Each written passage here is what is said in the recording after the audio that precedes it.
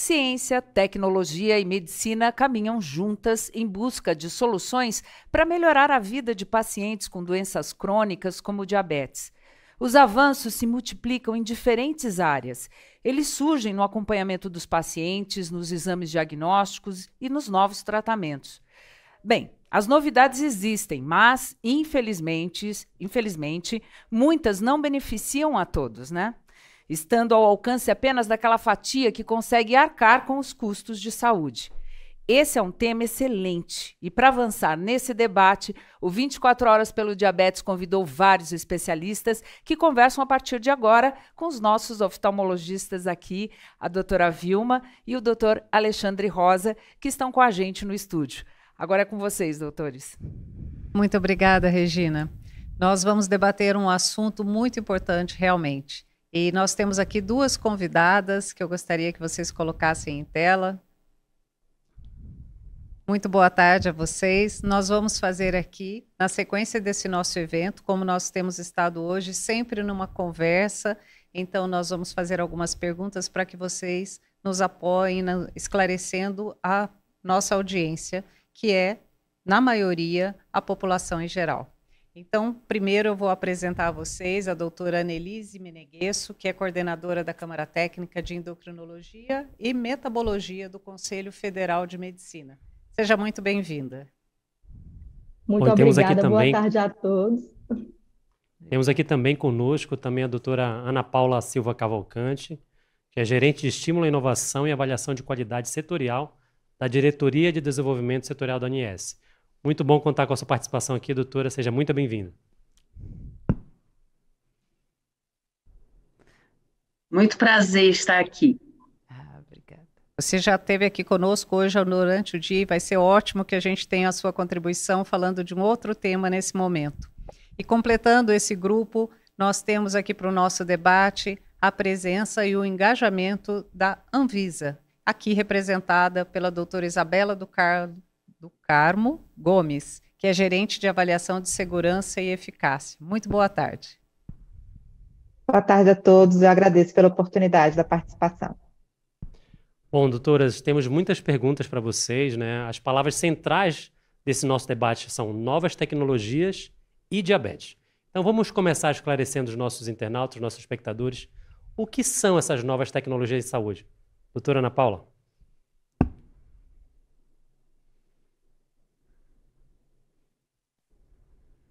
Doutora Ana Paula, pode começar, por favor? Então, eu acho que o nosso foco na ANS é sempre trabalhar com tecnologias seguras, efetivas, e para essa incorporação, nós temos um grupo, um comitê chamado CoSaúde, composto por um número grande de instituições, inclusive o Conselho Federal de Medicina e os especialistas que trabalham na área. Então, para ser incorporado à ANS, uma tecnologia nova, ela precisa passar por uma série de avaliações, né? Seja de segurança, de eficácia, de efetividade, de custo-efetividade. A gente faz também uma avaliação do impacto orçamentário e uma avaliação de rede, porque uma vez que essa tecnologia é incorporada no setor suplementar de saúde, nós passamos a, então, cobrir em todo o território nacional. Então, é muito importante essa conexão com a Anvisa e com o Ministério da Saúde, porque, por lei, nenhuma tecnologia que não tenha registro na Anvisa pode ser incorporada ao setor. Então, o primeiro passo é que ela tenha registro na Anvisa. Outro ponto é que ela não deve ser experimental. Então, na saúde suplementar, as operadoras não são obrigadas a cobrir procedimentos experimentais. E, por fim, a finalidade estética, que também é excluída. Uma parte dessa tecnologia que vem no formato de medicação de uso oral domiciliar também está fora do escopo, né, por lei dos planos de saúde. Mas toda a tecnologia de avaliação, de tecnologia para o diagnóstico e para o tratamento no hospital e no ambulatório são devidamente avaliadas pela ANS e incorporadas quando tem embasamento científico. Certo. Muito obrigada, Ana Paula, pelo seu posicionamento. E agora eu vou pedir que a Isabela converse conosco a respeito dos noticiários. Isabela, é muito comum nós vermos nos noticiários, nas redes sociais, notícias sobre novos tratamentos que prometem a cura do diabetes. Hoje em dia, a gente tem ouvido muito falar, por exemplo, sobre vitaminas, e isso aparece toda hora em rádios, TV, revistas. E é claro que a cura do diabetes ela é desejada, mas ela não está acessível a todas as pessoas. Isso acontece por vários motivos, e as pessoas também precisam ter uma informação de qualidade. Nesse sentido, eu gostaria que você esclarecesse para os nossos internautas sobre o processo de incorporação de novas tecnologias na saúde e a forma como isso tudo é regulado. Por favor. Certo. Bom, eu vou começar um pouquinho antes como é que funciona primeiro o registro de um medicamento, né? Então, para a gente ter um registro de um medicamento no país, para uma tecnologia ser disponibilizada no país, primeiro eu preciso ter uma empresa interessada e devidamente regulamentada no país, com o interesse de comercializar esse medicamento. Então, a empresa, diante do seu interesse de comercializar, ela solicita à Anvisa o registro desse medicamento e apresenta todas as comprovações científicas de segurança, eficácia e qualidade desse produto.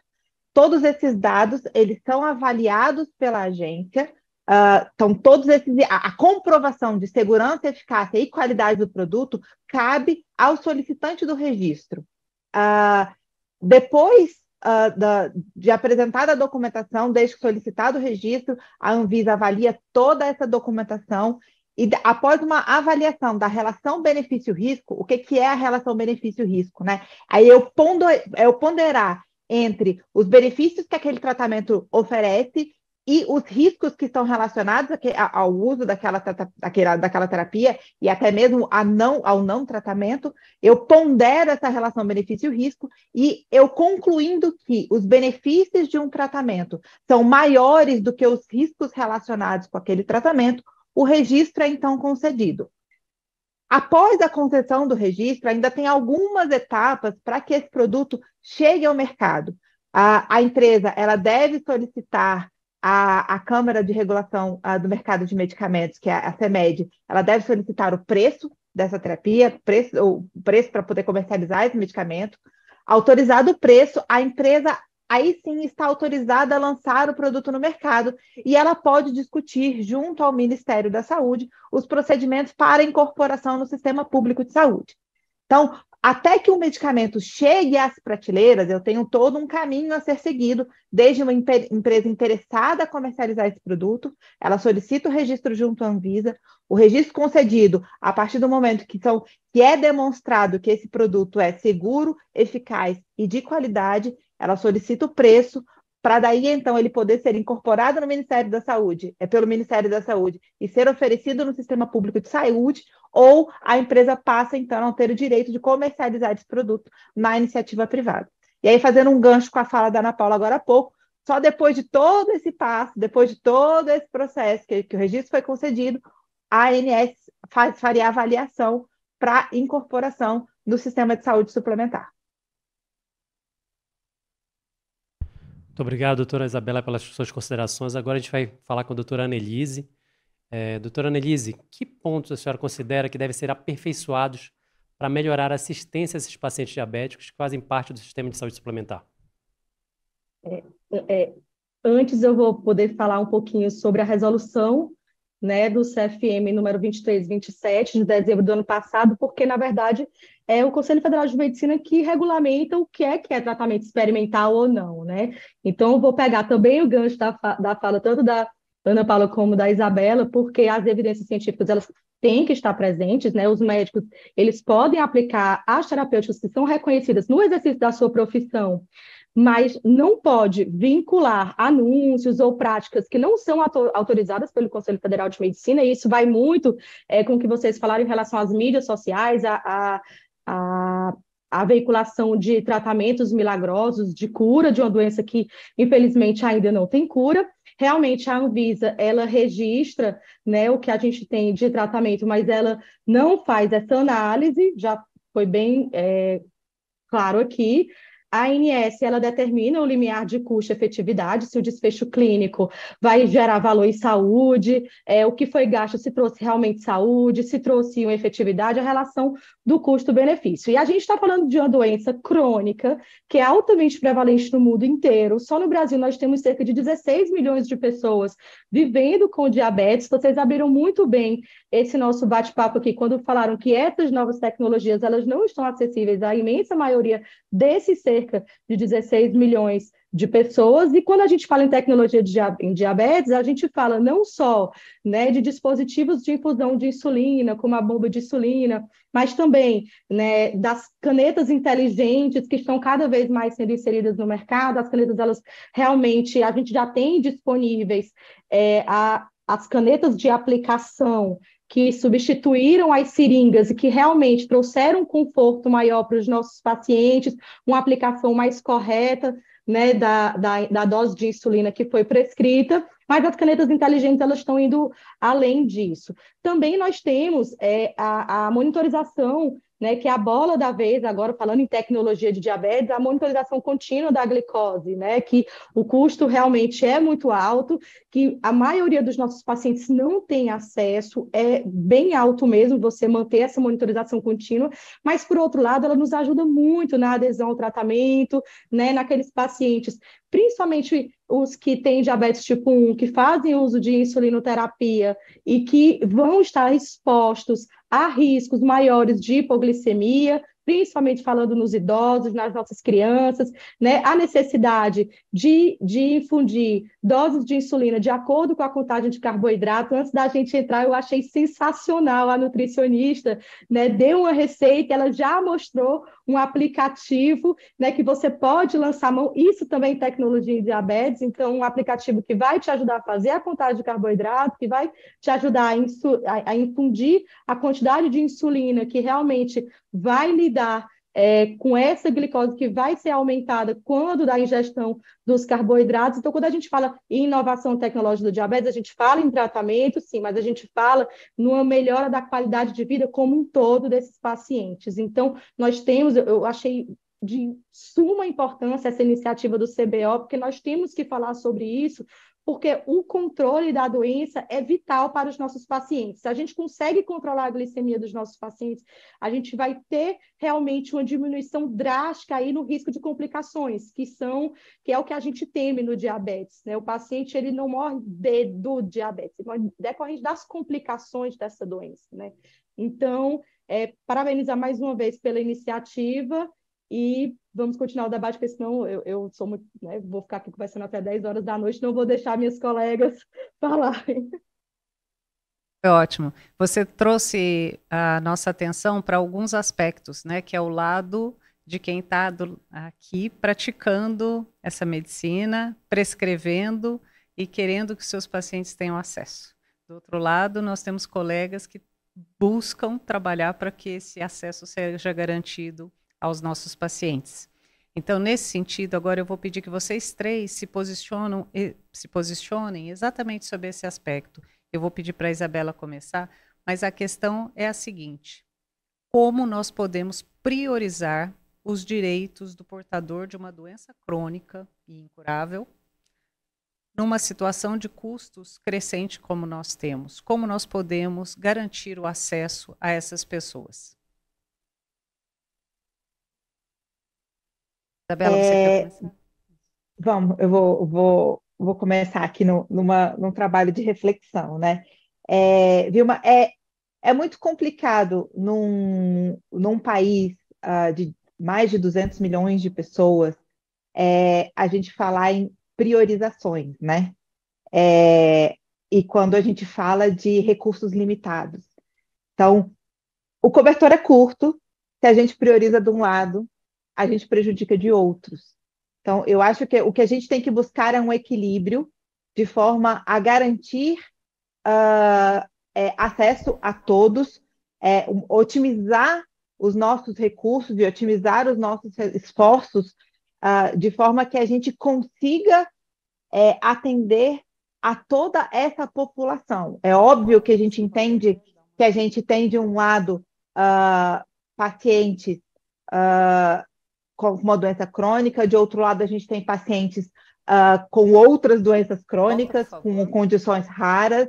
Então, a gente tem, falar em priorização, do meu ponto de vista, é muito complicado, porque se a gente prioriza de um lado, a gente desprioriza de outro. E esse equilíbrio do dar acesso a todo mundo é muito sutil. Vai ser a mensagem final. É muito sutil.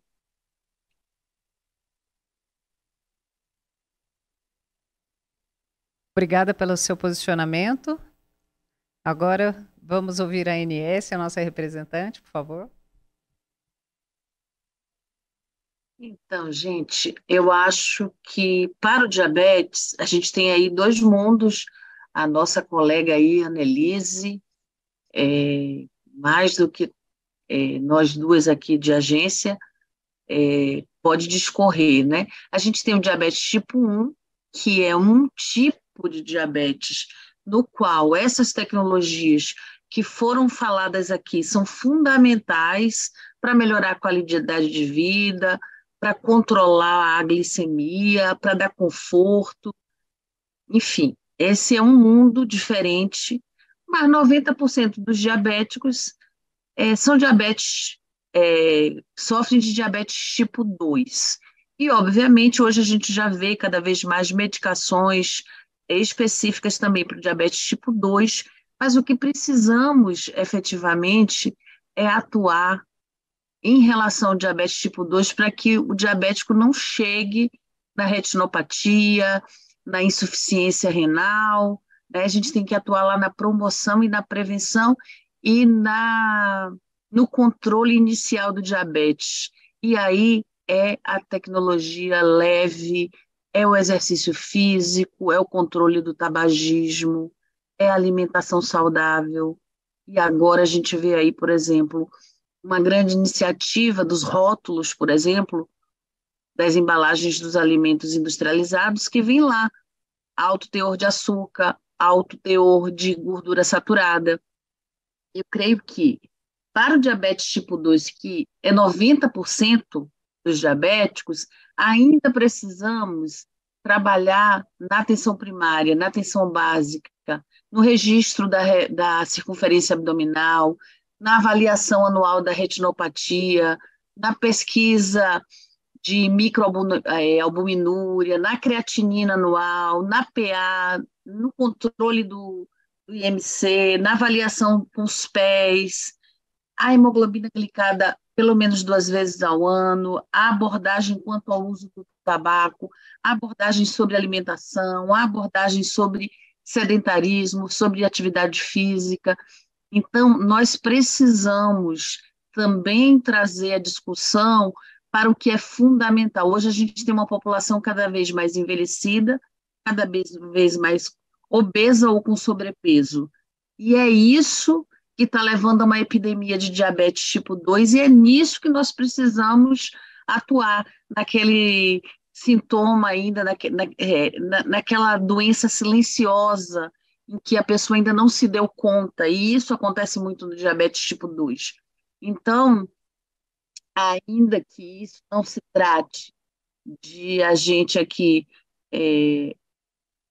dizer que não interessa essas novas tecnologias, interessam e interessam muito, principalmente para o diabetes tipo 1, e essas medicações novas para o diabetes tipo 2, mas, sobretudo, a avaliação clínica criteriosa, a mudança de hábitos de vida, a gente precisa tratar aqui. E a prevenção, para que a pessoa não chegue a desencadear o problema. A gente sabe que o diabetes tipo 2, que é 90% dos diabéticos, ele é prevenível, é controlável, né? Então, vamos trabalhar também nessa direção. Eu acho que é isso que a gente precisa frisar para a população, porque 90% da população dos diabéticos com diabetes tipo 2 não estão nessa gravidade, estão exatamente precisando fazer atividade física, se alimentar melhor, conhecer como você lida com essa doença que vai acompanhá-lo para o resto da vida. Muito obrigada por sua participação. Veja só, Neilise, agora eu queria que, considerando os direitos desse paciente, como representante do CFM, olhando pelo posicionamento da Anvisa e da ANS, que você fizesse seus comentários. Bom, antes de fazer meus comentários finais, eu gostaria de mencionar, né, o nosso representante na COSAúde da ANS e também coordenador da Comissão de Saúde Suplementar, doutor Luiz Guilherme, que está nos acompanhando. E, por fim, assim, a gente sabe que mais de 90% dos nossos pacientes diabéticos estão, né, acometidos pelos diabetes tipo 2, como a doutora Ana Paula falou muito bem, mas que muitas vezes esses pacientes já chegam com complicação. Eles já recebem o diagnóstico da doença com complicação. Não é incomum o oftalmologista diagnosticar retinopatia diabética e só assim encaminhar esse paciente para o nosso consultório, né, do endocrinologista. Então, a gente não pode esquecer que as complicações elas são muito prevalentes e que devem sim, concordo demais, doutora Ana Paula, serem prevenidas desde a atenção primária. A mudança no estilo de vida ela é primordial para os pacientes com diabetes. Todas as pessoas, independente de fator de risco, acima de 45 anos, têm que ter a sua glicemia aferida, né, durante os exames de rotina, e com menos de 45 anos, mais com qualquer fator de risco, também deve ser rastreado para essa condição, que traz muitas comorbidades, né, traz muitos desfechos que custeiam, que oneram o nosso sistema de saúde, né? Se a gente entrega as tecnologias para esses nossos pacientes, a gente com certeza vai mudar a vida, né? A qualidade de vida, vai aumentar os anos de vida, né? E anos de vida com qualidade. Então, vai dar uma melhor sobrevida para os nossos pacientes, mas, infelizmente, realmente alguém tem que pagar essa conta. Então, vocês foram brilhantemente nas suas explicações. Nós, como médicos, eu, como coordenadora da Câmara Técnica de Endocrinologia do CFM, a minha obrigação, o meu desejo é oferecer o que há de melhor, né, em tecnologia, em tratamento para os meus pacientes. E a gente citou muito, né, as inovações tecnológicas, que aí os pacientes com diabetes tipo 1 se beneficiaram, mas a gente não pode deixar de citar o arsenal terapêutico que nos últimos anos entraram aí para ajudar aqueles pacientes com diabetes tipo 2. Então, hoje em dia, a gente tem inúmeras drogas que atuam em vários mecanismos, né, da fisiopatologia desses nossos pacientes e que aumentaram sobrevida, que melhoraram a qualidade de vida, né, e isso já muito bem documentado, e que a gente tem que ter uma sensibilidade maior, porque é muito doloroso eu que atendo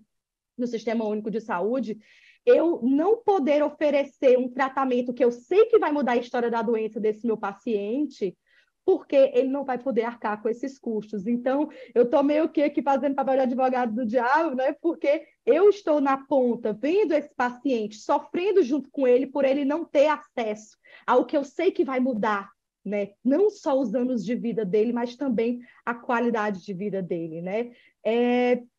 O Conselho Federal de Medicina, ele realmente é quem regula, né? A gente sabe que é uma entidade que vai avaliar quem deve usar, o que deve ser usado. Já falei sobre a resolução que fala sobre as nossas tecnologias, mas realmente as entidades reguladoras é quem vão poder mudar de verdade a qualidade de vida desses nossos pacientes, é quem vão poder mudar de verdade a história da doença desses pacientes, porque oferecendo medicações que vão melhorar a sobrevida e qualidade de vida, a gente está falando em diminuição das complicações, nefropatia, neuropatia, retinopatia diabética, e assim, na ponta, a gente vai conseguir desonerar mais os nossos gastos, né?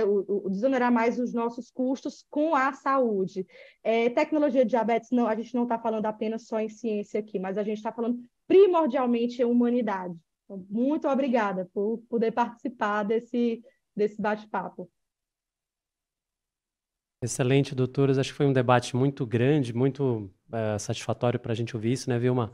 Mas eu queria as considerações finais da doutora Ana Paula e da doutora Isabela a respeito de um tema que é muito instigante para nós médicos, né? A gente sabe que existem especialistas de várias tendências, apontando que a judicialização da saúde como um dos maiores problemas no segmento, porque insere um grau de incerteza nos mecanismos de concessão dos benefícios que foram previamente acordados, né? E, ao mesmo tempo, para muitos pacientes e suas famílias, essa acaba sendo uma representação do último recurso para a obtenção da assistência, de que esses pacientes julgam ter direito. Então, o que eu queria um comentário final da doutora Ana Paula e da doutora Isabela a respeito desse problema da judicialização. Ana Paula, você gostaria Quem de começa? começar? Pode ser Ana Paula, por favor. Então, nós temos na ANS uma notificação preliminar, né, que é chamada de NIP, que é uma espécie de mediação que a ANS faz entre o beneficiário e a operadora. Então, o beneficiário que se vê numa situação de negativa de cobertura, ele pode entrar com essa notificação de intermediação preliminar, que é a NIP, e a ANS vai mediar a relação com a operadora e, havendo cobertura obrigatória, de acordo com a Lei 9656 e com o rol de procedimentos, a operadora vai cobrir, vai ter que resolver essa questão, senão ela poderá ser multada e vai contabilizar também uma série de monitoramentos internos da ANS. Entretanto, isso não impede que o beneficiário que se veja numa situação, mesmo com cobertura prevista no rol ou para além da cobertura prevista no rol, que ele judicialize. Então, é constitucional a qualquer cidadão pleitear na justiça, seja lá o que for. Então, eu vejo que isso é um direito da democracia, do Estado democrático de direito. O que nós precisamos é ter claramente, inclusive para dar subsídio ao judiciário, o que de fato faz diferença para o paciente, o que é seguro, o que é efetivo, o que é custo efetivo, para que as decisões possam ser tomadas com embasamento técnico, né? Eu acho que faz parte da democracia todos esses mecanismos, mas a ciência aí como embasadora das decisões, e para isso eu acho que tanto o Ministério da Saúde, como a Conitec, o Conselho Federal de Medicina, a ANS, devem ter uma parceria, uma aproximação aí com o Judiciário, para que o próprio Judiciário tenha suporte, subsídio técnico na hora de julgar essas demandas. Perfeito. Doutora Isabela, suas considerações finais, sobretudo esse tema da judicialização? Alexandre, isso é um ponto bastante crítico quando a gente fala, principalmente da avaliação benefício-risco, porque em alguns pontos a judicialização ela prevê, ela vem trazer dar o direito, como a Ana Paula trouxe, garantir o direito constitucional da pessoa ao tratamento, ao acesso à saúde. Mas, por vezes, na deliberação daquele pleito, não é considerado, não é avaliado a relação benefício-risco. Então, o paciente, e a gente volta lá naquela minha primeira fala, lá na primeira provocação que a Vilma trouxe, que é a questão dos produtos que estão sendo oferecidos. Então, por vezes, um paciente, ele pleiteia um tratamento via judicialização que não tem comprovação de segurança e eficácia, que não é um tratamento reconhecido como seguro e eficaz para aquela condição clínica que o paciente tem. Então, a gente tem, obviamente, um paciente que busca pelo seu direito, mas, por vezes, aquele tratamento ele não é o melhor tratamento que aquele paciente que poderia ser oferecido para aquele paciente. E um outro ponto crítico da judicialização é o que eu trouxe da minha outra fala, é que principalmente quando a gente fala de terapias de alto custo, a gente tem um recurso limitado. E, óbvio, a gente quer, é uma escolha de Sofia, eu quero garantir o tratamento para os meus, mas ao garantir o tratamento para os meus, eu posso tirar o direito do tratamento para outros. Então, é uma discussão muito polêmica, não é uma escolha fácil, digamos assim, e traz impactos enormes para a saúde. E isso reflete muito a judicialização, né? O aumento da judicialização reflete muito das dificuldades do nosso sistema em garantir a saúde para para toda a nossa população. Nós agradecemos muito a participação de vocês três. Trouxeram aqui muitas informações e deixaram muito claro que, assim como nós, do Conselho Brasileiro de Oftalmologia, todos esses órgãos, todas essas entidades têm uma responsabilidade muito grande buscando que o médico possa fazer o seu melhor trabalho e os pacientes possam receber o que há de melhor. Então, é toda uma trama que se envolve nessa busca. Então, há aqui uma clara demonstração dessa responsabilidade dessas instituições, né? E fica também muito claro para todos nós que o que a gente quer é que todos tenham acesso à melhor medicina. Mas nós precisamos, nisso, saber exatamente quais são os tratamentos que realmente impactam as pessoas de forma positiva, para que se invista que isso sim seja dado a todos. Então, todas as inovações precisam ser mensuradas antes de serem incorporadas para que todos possam ter acesso. Muito obrigada a todos vocês pela participação.